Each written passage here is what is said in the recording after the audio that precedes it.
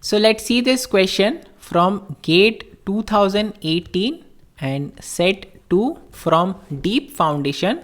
So this question is about the negative skin friction, which is one of the important concepts in Deep Foundation in Pile Foundation.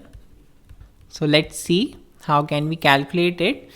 So it says a group of 9 piles in a 3 by 3 square pattern is embedded in a soil strata comprising dense sand underlying recently filled clay layer.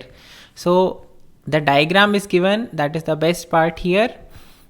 So here we have this recently filled clay and this loose clay. This, because it is recently filled, it will be loose, not well compacted, so it will apply this negative skin friction.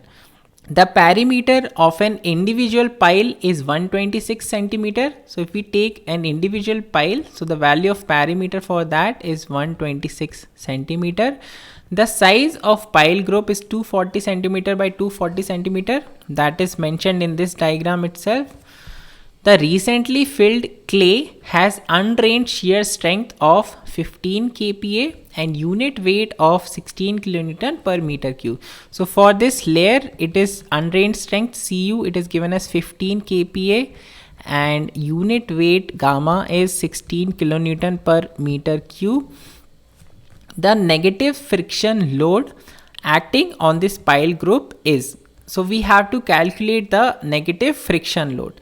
Now for a pile in clay or pile group in clay, this negative skin friction, it is calculated based on the two criteria. That is, we calculate for single pile and then multiply it by the number of piles, and then we calculate for the pile group, and the maximum value out of these two will give the actual negative skin friction.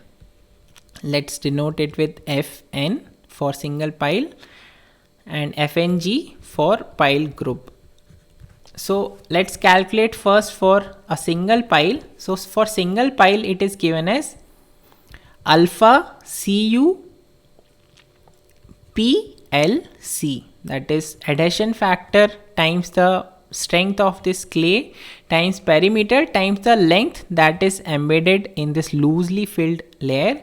And for the pile group, this formula, it is given as CuLC Pg plus gamma AgLC.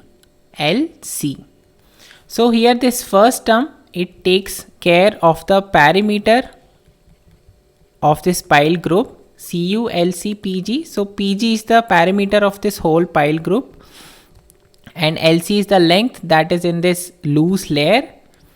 So that is giving the surface area and times the strength, undrained strength of this clay. And the second term here, it is the soil that is filled in this pile group.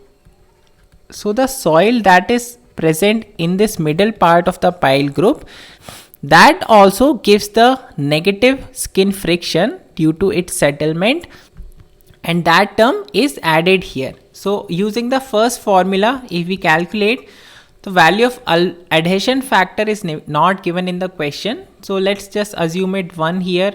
Then Cu, I mean we are assuming it 1, but it is most of the time it is less than 1, but nothing is given, so we are assuming as 1.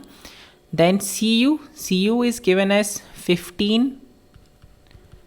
P, perimeter of individual pile is 126 centimeter or 1.26 meter we can take, and the length, so embedded length is 2 meter here, so times 2. So this value, if you calculate, so it comes as 37.8, and because we have 9 piles, so n times Fn gives the value of Fng, negative skin friction for the group. So this comes as 340.2 kilonewton.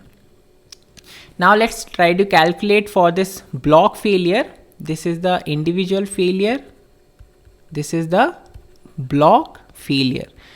So that is based on the assumption that this whole pile group, it is failing as a single block. That is, this whole group is moving as a single entity, so that we account as a block failure. So Fng, it is equal to Cu, that is 15 times Lc, that is 2 meter.